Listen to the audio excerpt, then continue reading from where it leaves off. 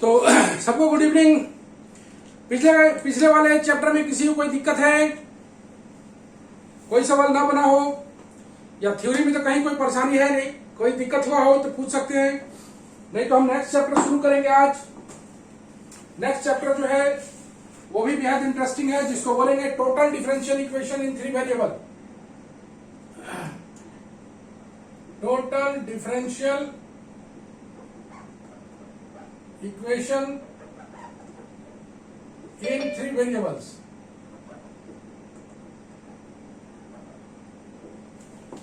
Total differential equation in 3 variables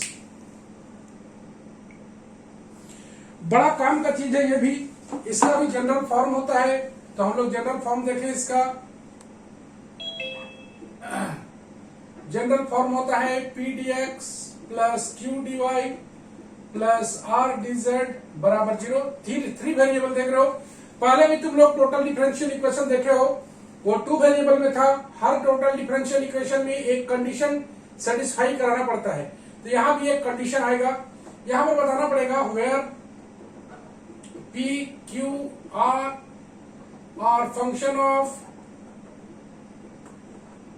of x y z. इसी को हम लोग को सॉल्व करना है। टोटल डिफरेंशियल इक्वेशन का ये जनरल फॉर्म है, इसी को हम लोग को सॉल्व करना है। तो इसका सबसे पहले हम लोग बात कर लेते हैं इसका नेसेसरी कंडीशन पर। Necessary condition for integrability.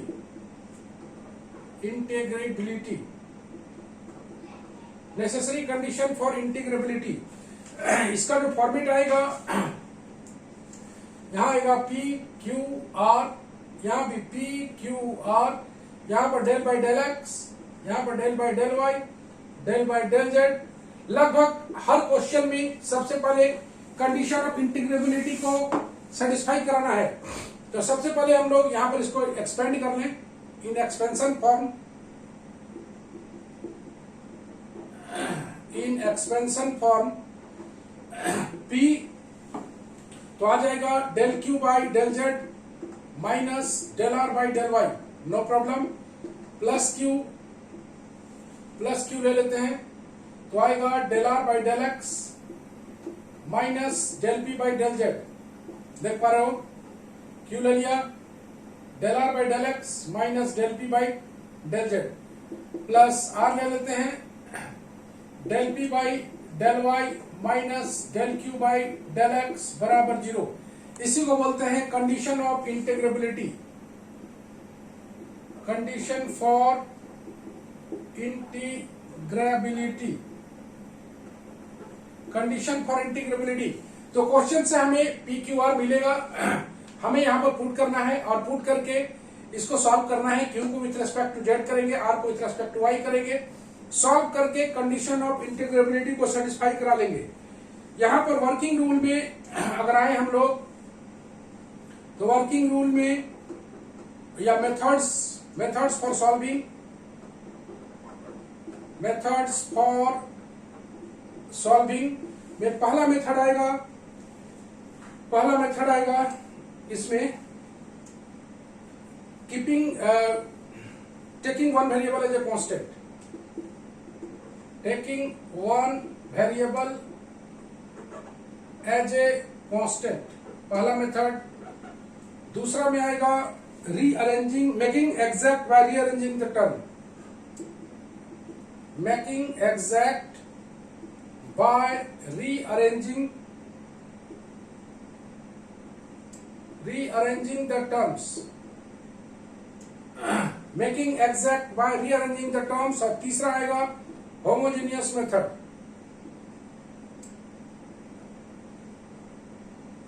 इसमें तीनों मेथड का अपना अपना फायदा घाटा सब है। कोई भी क्वेश्चन को हम लोग जो भी मेथड कन्वीनियंट मिलेगा उसी से बनाएंगे।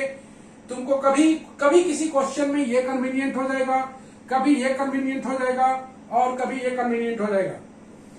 कभी देखोगे कोई एक पेज का क्वेश्चन है रीअरेंजिंग द टर्म, इसमें थोड़ा तुमको सोचना पड़ेगा, लेकिन सोचने के बाद सोचना भी सीख जाओगे।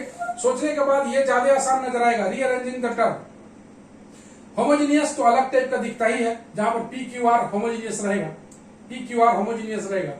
Taking one variable as a constant, इसमें तुम देखोगे एक फिक्स पैटर्न से काम होगा और वो फिक्स पैटर्न तुमको पूरी तरह से समझना होगा, पहला वाला।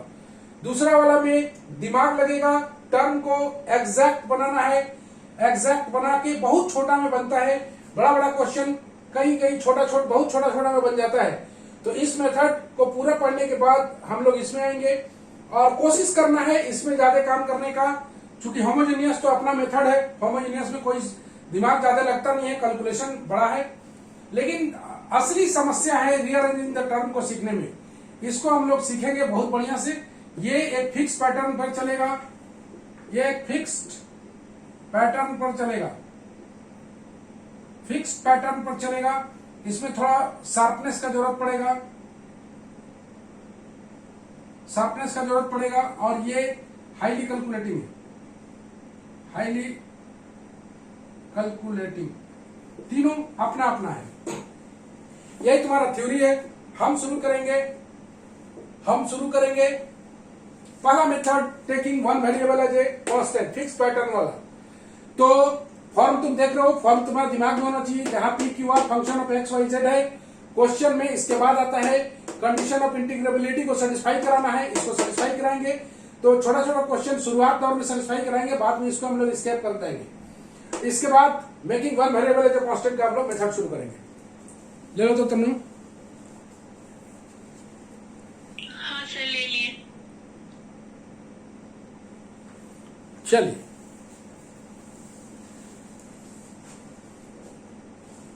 हम लोग शुरू करते हैं taking one variable as a constant. इसके बाद इस चैप्टर के बाद हम लोग आखिरी चैप्टर स्टार्ट होगा। इसके बाद हम लोग यहां पर करेंगे ग्रुप थ्योरी सामने।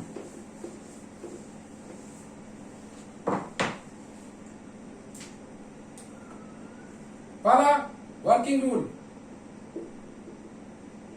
Rule for first method, that is taking one variable as a constant, taking one variable as a constant। किस वेरिएबल को कांस्टेंट मानना है, यही ये सीखेंगे हम लोग। तो पहला जो है हम लोग थ्योरी पढ़ेंगे बाद में। सबसे पहले एक हम लोग क्वेश्चन को उठाते हैं और क्वेश्चन को समझाते हैं, उसके बाद हम लोग वापस थ्योरी पर आएंगे। वर्किंग रूल यहां पर काट देते हैं। First method taking one variable as a constant. यहां पर आते हैं पहला क्वेश्चन में, solve y plus z into d x plus d y plus d z बराबर 0। सबसे पहले हम लोग देखते हैं कंडीशन ऑफ इंटीग्रेबिलिटी। तो सबसे पहले it is in the form of P d x plus Q d y plus R d z बराबर 0। इस पर हम लोग 3 सवाल बनाएंगे, उसके बाद आके वर्किंग रूल लिखेंगे तो तुम लोग को ज्यादा समझ में आएगा। अभी वर्किंग रूल लिखने से और उसको बनाने से कम समझ में आएगा। तो हम लोग सीधे सीधे प्रॉब्लम को स्टार्ट किए। तो यहाँ पर P का वैल्यू है y प्लस जेड, Q का वैल्यू है 1, R का वैल्यू है 1। Okay, we know the condition for integrability. यहां पर हम लोग डिटरमिनेंट फॉर्म लिख लेते हैं, P Q R del by del x del by del y del by del z बराबर 0 आना चाहिए। अगर 0 आता है तो हम लोग बोलेंगे कंडीशन ऑफ इंटीग्रेबिलिटी सेटिस्फाई किया। इसको एक्सपेंड भी कर लें हम लोग, del Q by del z minus del R by del y. देख पा रहे हो, क्यू को ले लेते हैं हम लोग, del R by del x minus del P by del z plus R को ले लेते हैं del P by del y del Q by del x. चलो p का value y plus z, del Q by del z 0 देख पा रहे हो, del R by del y 0 देख पा रहे हो, q का value 1, del R by del x 0, del p by del z minus 1 देख रहे हो, del p by del z. r का value 1, del p by del y 1 है, del Q by del x 0 है। तो फाइनली तुम देख पा रहे हो कि 0 है। Hence condition for integrability is satisfied. Any more problem in this? सब ओके है? चलो यहां पर अब हम लोग शुरू कर रहे हैं। वन वेरिएबल है जो कांस्टेंट, ऐसा वेरिएबल को कांस्टेंट लेना है जिसके कारण बड़ा वाला फैक्टर खत्म हो जाए, जो लार्जेस्ट फैक्टर है वो खत्म हो जाए। तो अगर तुम x को कांस्टेंट लेते हो, जैसा कि मेथड का नाम ही है टेकिंग वन वेरिएबल है जो कांस्टेंट, तो वेरिएबल यहां पर है x, y और z, तो किसको लेने से बड़ा वाला टर्म लार्जेस्ट टर्म वैनिश हो जाएगा। तो यहां पर तुम देख पा रहे हो कि x को कांस्टेंट लेने से dx 0 हो जाएगा। तो taking x as a constant, x as a constant, इसका मतलब है देयरफॉर dx बराबर 0। तो ये इक्वेशन नंबर 1 रहेगा। Taking x as a constant then dx बराबर 0, dx बराबर 0 को पुट करोगे, देन वी हैव बचेगा का dy प्लस dz बराबर 0। अब गौर से देखने की जरूरत है तुम्हें, dy प्लस dz बराबर 0। ओके, यहां ध्यान से देखना, इसको हम लोग इंटीग्रेट करेंगे, इंटीग्रेटिंग इट, तो आएगा y प्लस जेड। लेकिन यहां पर इंटीग्रल कांस्टेंट, चूंकि x को कांस्टेंट माने थे तो इसीलिए इंटीग्रल कांस्टेंट यहां पर फाई आएगा। फाई को बोलेंगे phi is a function of x। Point to be noted, अगर z को कांस्टेंट मानते तो यहां पर जो आता, z को अगर कांस्टेंट मानते तो phi is a function of z, अगर y कांस्टेंट रहता तो phi is a function of y। Taking carefully x as a constant, then यहां पर phi as a function of x रहेगा। ओके, तभी ये बैलेंस मोड में आएगा। इसको रख देते हैं नंबर 2, डिफरेंशिएटिंग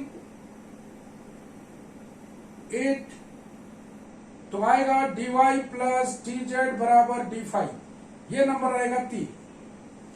1 2 3, यहां तक कोई दिक्कत कहीं नहीं है। कंडीशन ऑफ इंटीग्रेबिलिटी, यहां तक कोई तकलीफ नहीं है। टेकिंग वन वेरिएबल है जो कांस्टेंट, तो लार्जेस्ट टर्म जो जिसका कोफिशिएंट लार्जेस्ट रहेगा उसी को कांस्टेंट मानेंगे। तो x as a constant dx बराबर 0 पुट कर दिया, तो आ गया dy प्लस dz बराबर 0। इसको इंटीग्रेट कर दिया। यहां पर पॉइंट टू बी नोटेड है, जिसको भी कांस्टेंट मानेंगे वही इंटीग्रल कांस्टेंट के रूप में, फंक्शन के रूप में आएगा। उसके बाद इसको डिफरेंशिएट कर देंगे। चूंकि यह फंक्शन ऑफ x है इसलिए डिफरेंशिएबल है, इसलिए d5 लिखा हुआ है। किसी को कोई परेशानी है यहां तक? Any problem in that? अभी तक प्रियांशु, अभी तक कोई परेशानी नहीं सर। और किसी को?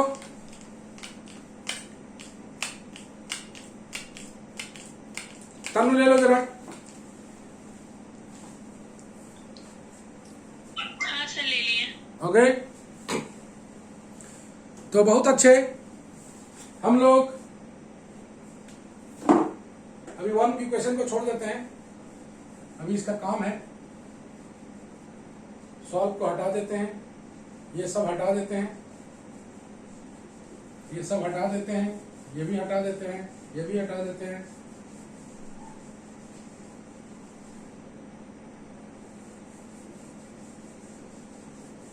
ध्यान से देखना सभी को।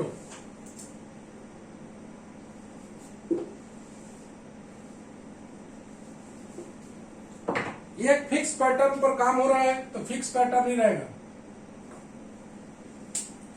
ध्यान से देखना। अब एक खास बात, इलिमिनेटिंग, यहां पर बात करेंगे हम लोग बाय यूजिंग 1 2 एंड 3। 1 इक्वेशन 1 रहेगा, इसको इंटीग्रेट करोगे नंबर 2 रहेगा, इसको डिफरेंशिएट करोगे नंबर 3 रहेगा। dy प्लस, यहां पर लिख देंगे y प्लस जेड के स्थान पर 5, देख रहे हो, y प्लस जेड के स्थान पर फाइव, dx अपने जगह पर, और dy प्लस dz के स्थान पर रख देंगे हम लोग d5 बराबर 0। ये जो फंक्शन, ये जो y यूजिंग 1 2 3, ये आना चाहिए जिसको कांस्टेंट माने थे in terms of x and five, मतलब जिसको हम लोग फंक्शन ऑफ x लिए थे, जिसको हम लोग कांस्टेंट लिए थे वो आना चाहिए, और एक जिसको integral constant phi as a function of x उसको आना चाहिए। ये दोनों में अगर आया तुम समझना कि तुम सही जा रहे हो, नहीं तो कहीं ना कहीं गड़बड़ है। फिर एक बार देख लो, ये 1 2 और 3 से फाइव और x ही आना चाहिए। अगर z को कांस्टेंट मानते तो फाइव और z में रिलेशन आता। अब इसको सॉल्व कर लेंगे, तो फाइव dx बराबर माइनस d5, यहां से कर लेंगे dx बराबर माइनस d5 बाई 5, यहां से कर लेंगे x बराबर minus log 5 plus log c, यहां से कर लेंगे x बराबर log c बाई 5, यहां से कर लेंगे c बाई 5 बराबर e का पावर x, यहां से कर लेंगे 5 बराबर c e का पावर माइनस x, 5 बराबर c e का पावर माइनस x, और लास्ट में 5 के स्थान पर जो वैल्यू है उसको पुट कर देंगे। ये कोई बहुत बड़ा चीज नहीं बता रहे हैं, जो पुट करोगे यही तुम्हारा रिक्वायर्ड सॉल्यूशन है।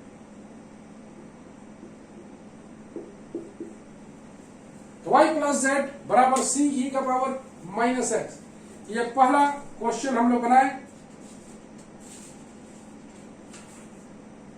इसी का दूसरा क्वेश्चन हम लोग बनाने के लिए मूव करेंगे। दो क्वेश्चन बनाने के बाद तुम लोग से क्वेश्चन पूछा जाएगा। नंबर 2,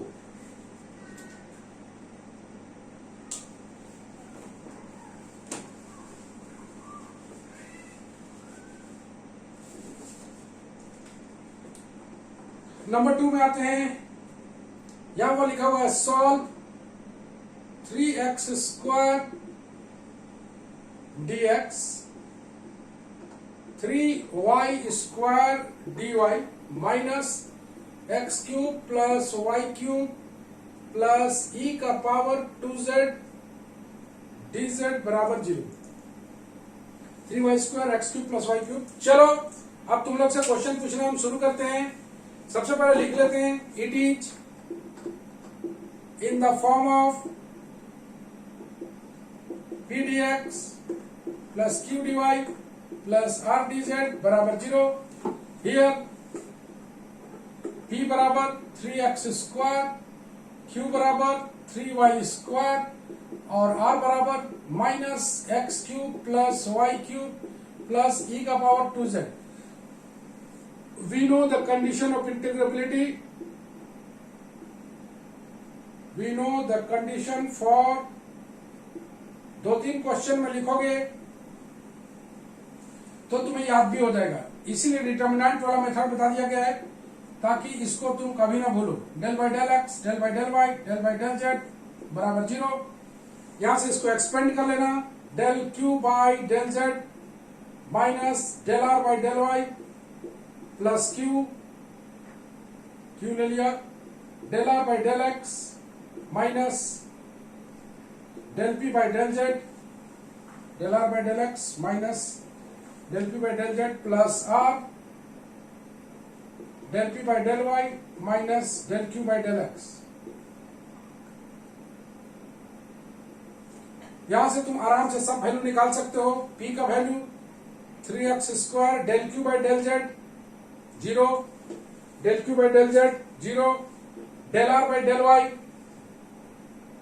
माइनस 3y स्क्वायर, देख पा रहे हो, del R by del y minus 3y square, यही आ रहा है। ओके, q का value 3y square del R by del x minus 3x square, तुम देख पा रहे हो, del p by del z, del p by del z 0, r का value minus x cube plus y cube plus e का power 2z, del p by del y 0, del q by del x 0। तो तुम गौर से देखो minus या plus आएगा, plus 6x² minus, अच्छा 9 आएगा, 9x² माइनस 9x² बराबर 0। हेंस कंडीशन फॉर इंटीग्रेबिलिटी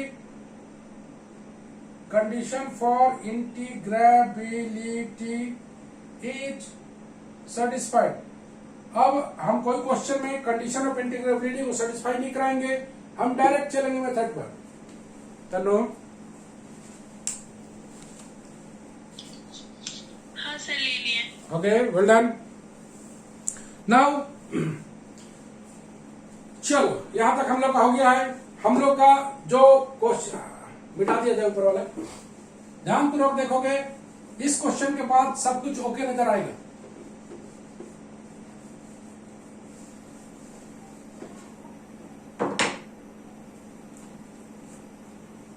आइए, हम लोग के पास इक्वेशन नंबर ये 1। सर डिटरमिनेंट को एक्सपेंड करने टाइम तो माइनस क्यू होगा ना, तो फिर प्लस क्यू? फिर भी आ जा रहा है ये प्लस इंटू हो गया। हाँ? तनु पहले डीपी बाय डिजिट होता था ना, तो उसको तनु तनु हाँ सर। फिर भी आंसर आ जा रहा है रे, क्या? गलत है फिर भी आ जा रहा है। नहीं समझ गए। मतलब जो आदत है उसी को बना के चलोगे। चलो कोई बात नहीं। चलो अब तुम लोग को ये बताना है, हाँ तुम लोग को ये बताना है कौन सा वेरिएबल को कांस्टेंट माने। टेकिंग, बोलो जेड को, किसको किसको? जेड को। ठीक है, taking z as a constant, तो कांस्टेंट मानना तुम लोग सीख गया। देयरफॉर बोलो dz बराबर 0 पुट कर दिया जाए। देन द इक्वेशन 1 बिकम्स क्या बनेगा? 3x² dx plus 3y² dy बराबर 0। Any more problem? किसी को कोई तकलीफ यहां तक? चलो अब शुरू किया जाए। ऑन इंटीग्रेटिंग,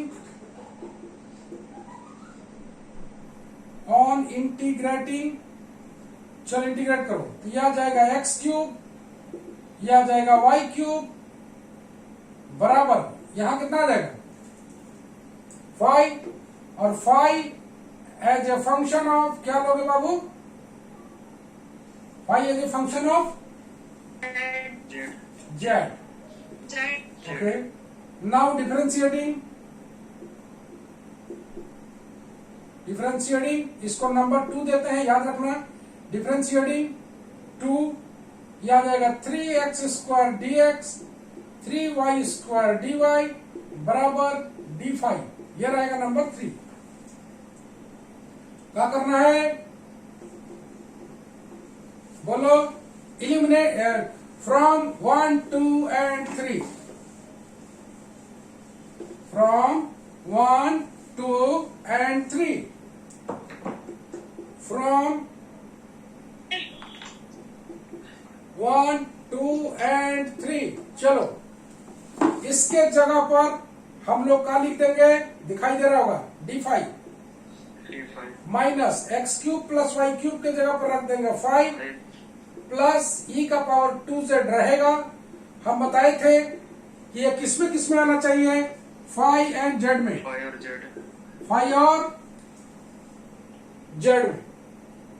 जेड में है।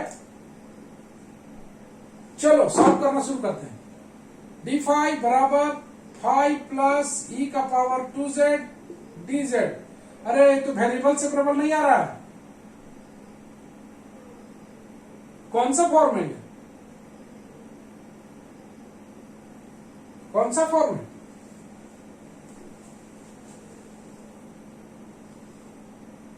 Tell me. Linear equation. Very good.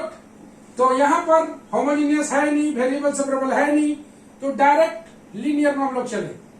तो d5 by dz बराबर, इसीलिए हमने यहां पर स्ट्रांग करवाया था पहले कि यहां पर आके हम लोग न फंसे। तो d5 by D Z minus 5 e का पावर 2z, यहां पर तुम देख पा रहे हो फंक्शन ऑफ जेड है, यहाँ कांस्टेंट है, ये 5 मैच कर रहा है, ओके है। ये इस फॉर्म में दिखाई दे रहा होगा dy by d x plus P y बराबर क्यू, ये y मैच करना चाहिए p और q फंक्शन ऑफ x या फिर कांस्टेंट, ओके। नाउ यहां पर हम लोग क्या निकालते हैं, बोलो इंटीग्रेटिंग फैक्टर, यही ना, e का पावर -1 इंटू डी जेड बराबर e का पावर -z। इसके सॉल्यूशन पर बात करें तो सॉल्यूशन पर 5 से स्टार्ट करेंगे, 5 इंटू आई एफ, याद करो integral q into I F into D Z, बैठा दो। q का वैल्यू सॉरी 5 तो अपनी जगह पर रहेगा, आई एफ e का पावर -z बराबर q e का पावर 2z इंटू e का पावर -z dz, यहां से आ गया 5 e का पावर -z बराबर इंटीग्रल ऑफ e का पावर z dz। चलो हम लोग यहां पर फाइनल कर लेते हैं, 5 e का पावर -z बराबर e का power z plus c, finally 5 बराबर e का power 2z plus c e का पावर z। 5 का वैल्यू अगर पुट करें हम लोग, 5 का value x cube plus y cube बराबर e का power 2z plus c e का power z। It is the required solution. तो जरा सा आंसर मिला के हम लोग देखें क्या सही में आंसर मैच करता है। X cube plus y cube, चलो ओके, तुम लोग देखो तो ले लो तो, अच्छा कट रहा है, रुक जाओ, हाँ बीच वाला मिटा दीजिए सर, रेड वाला। अच्छा अच्छा, 1 मिनट रुको, 1 मिनट रुको, ठीक है। 1 minute now.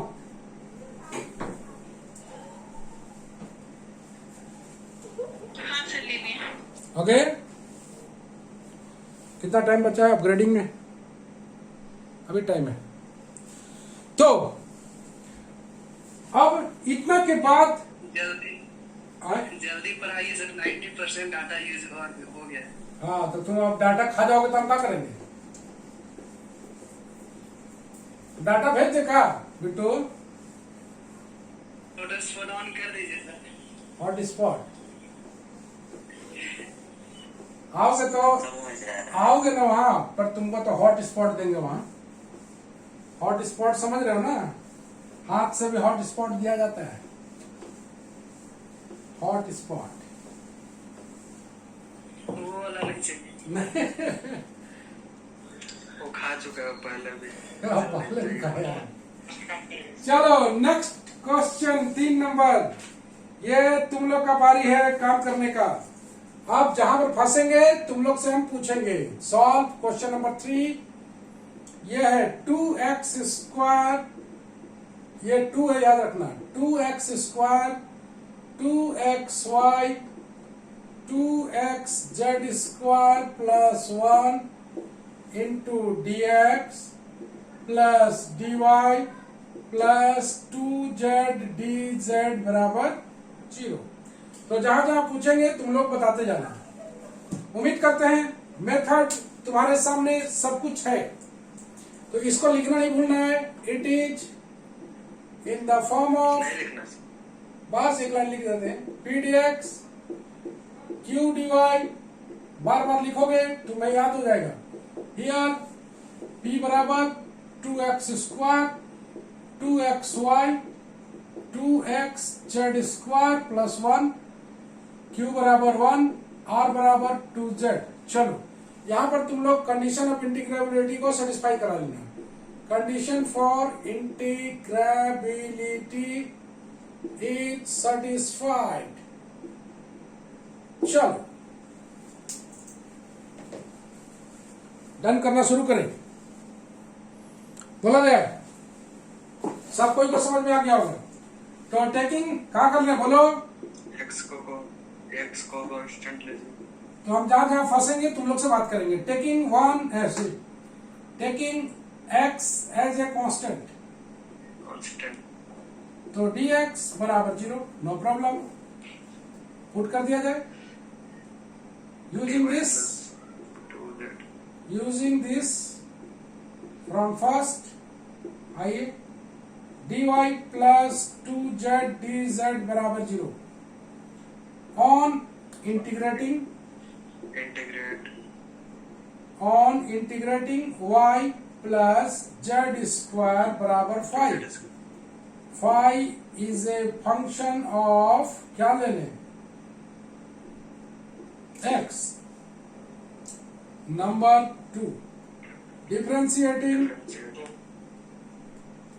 2 dy plus 2z dz बराबर d5। नंबर 3, यूजिंग, अभी तक तुम लोग से क्वेश्चन पूछने का वक्त नहीं आया है, किसी से भी पूछते इतना तो तुम लोग बता ही देता, इसीलिए यहां पर कोई क्वेश्चन तुम्हारे पास नहीं है। यूजिंग 1, 2 एंड 3,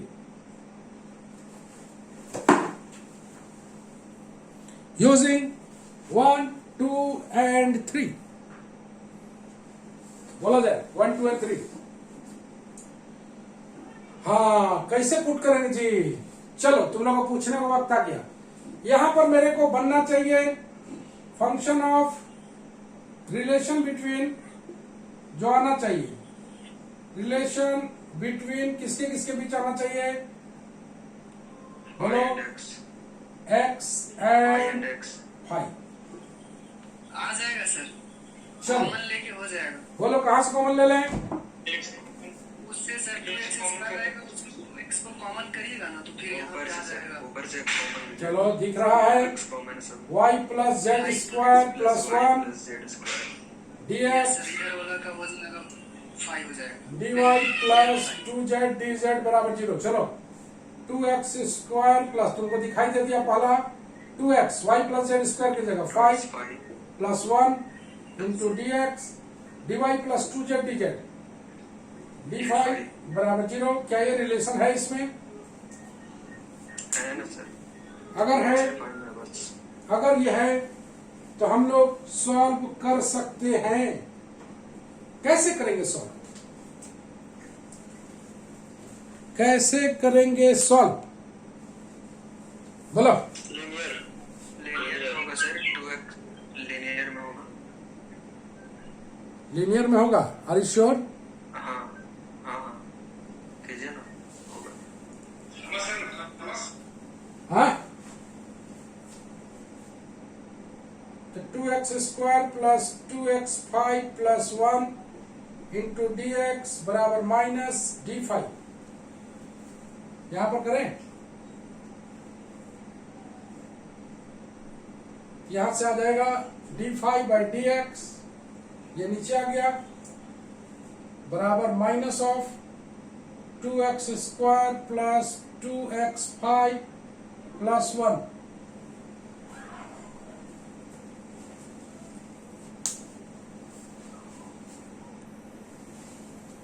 तो नाउ लेट अस मूव। कोई बता सकता है इसमें कौन सा टर्म को इधर लाएंगे? d5 by dx plus 2x5 बराबर माइनस 2x स्क्वायर प्लस 1। कई सारे क्वेश्चंस तुम लोग के लिए अभी आएंगे, नो प्रॉब्लम। यहां पर इंटीग्रेटिंग फैक्टर भी निकाल लेते हैं, e का पावर 2x dx e का power x square. Solution start करेंगे, 5e का power x square minus 2x square plus 1 ex square dx। तनुजरा ले लेना,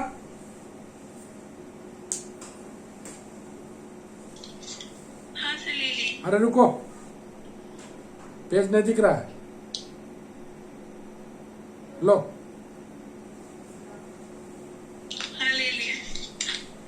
पेज देख के लेना। तुम लोग का क्वेश्चन पूछने का वक्त आ गया।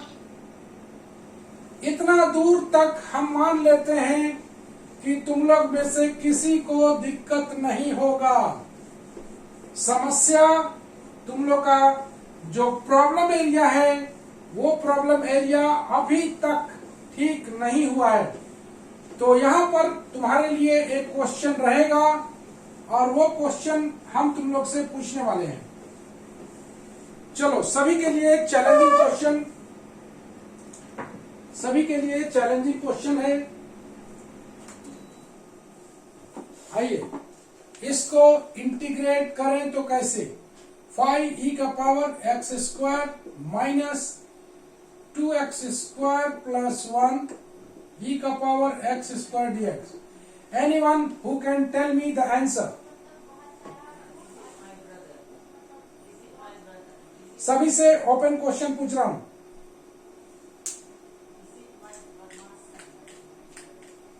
कोई भी जानते हैं बोल सकते हैं।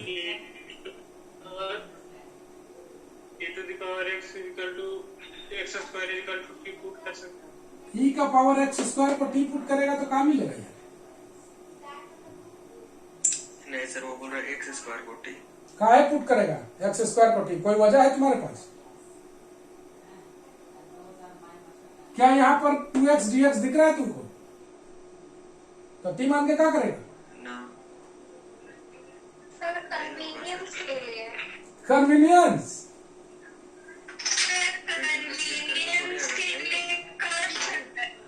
एक बात जान लो, सब्स्टिट्यूट पहले भी हम इंटीग्रेशन में बताए थे, substitution is not a method, it is the way of convenient, it is the way of convenient. तो हियर सब्स्टिट्यूशन करने से तो x आ जाएगा, x का वैल्यू कहां रखोगे? सर इसको सबसे पहले अलग अलग हम लोग कर लेंगे। e का पावर x स्क्वायर को हम लोग इनटू कर देंगे, दोनों के साथ इसको अलग अलग कर देंगे। Okay, 2x square e x square को हम लोग एक साथ करके उसको अलग से इंटीग्रेट कर लेंगे, उसको अलग से करेंगे। अच्छा, e का पावर x स्क्वायर को इंटीग्रेट करोगे। e का power x square is non integral, you know. Sir e to the power x square is a non integral. Komal और कुछ बोलना चाहते हो? तुम्हारा कहना ही है कि हम लोग इसको अलग कर लें। लो अलग कर लिया,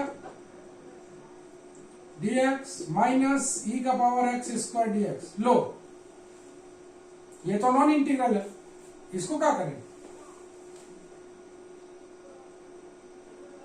sir dividing e to the power x multiply divide कर। तो एक तुम्हारे सामने हम गजब का चीज बताते हैं, इसीलिए तुमको कुछ यहाँ पर सोचने पर मजबूर किया।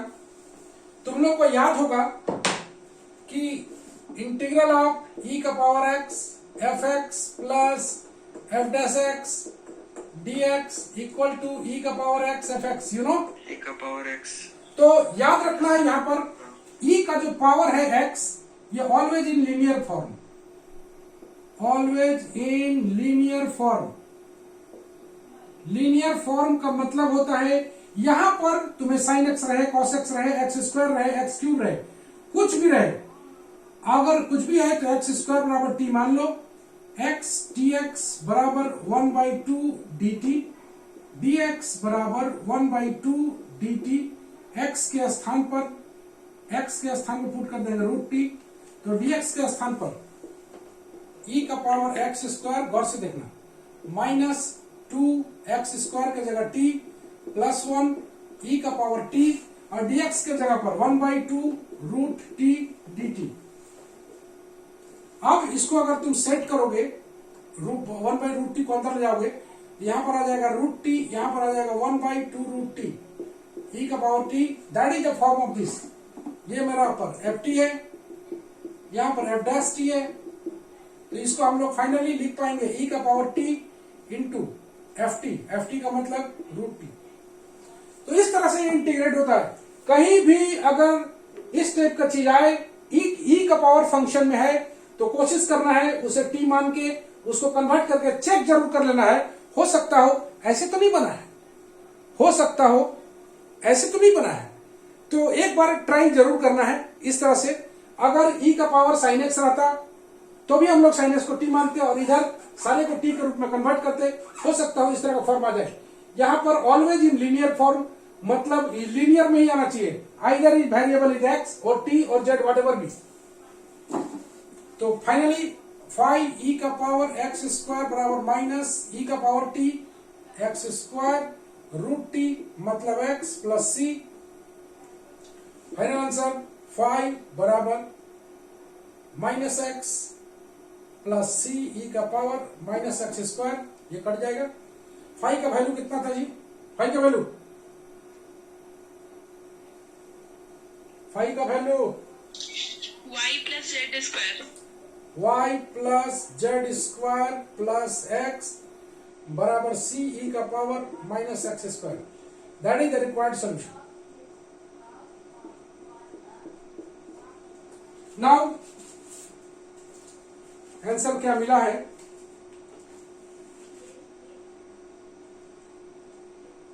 चलो मूव करते हैं हम लोग होम टास्क की ओर। आइए होम टास्क पर चलें। इसी मेथड से बनाना है, दूसरा मेथड तो तुम्हारे पास है नहीं बनाने के लिए, इसी मेथड से कोशिश करना है बनाने का। पहला, जब हम लोग सारा मेथड बना लेंगे तो हम लोग कोई भी मेथड से किसी को ट्राई करेंगे। अभी पहला वाला क्वेश्चन तो देखने के साथ तुमको लग रहा होगा अरे इतना आसान लग रहा है।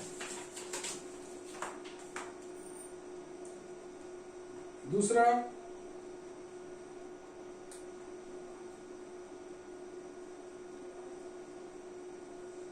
x dy, कौन भाग रहा है जी?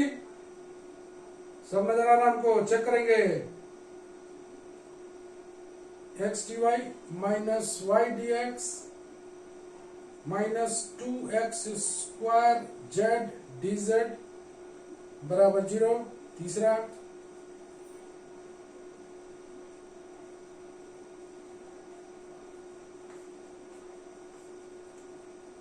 yz plus z² dx minus xz dy plus xy dz बराबर 0।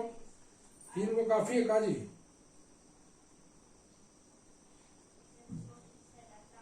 चौथा, y² plus z² minus x² dx minus 2xy dy minus 2xz dz बराबर 0। Okay, only 4। y² plus z² minus x² dx minus 2xy dy minus 2xz dz।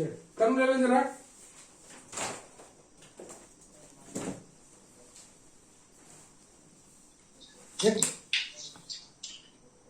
हाँ sir, ले लिए। Okay, तो जैसा कि तुमने देखा आज का बेहद important class, total differential equation in 3 variable.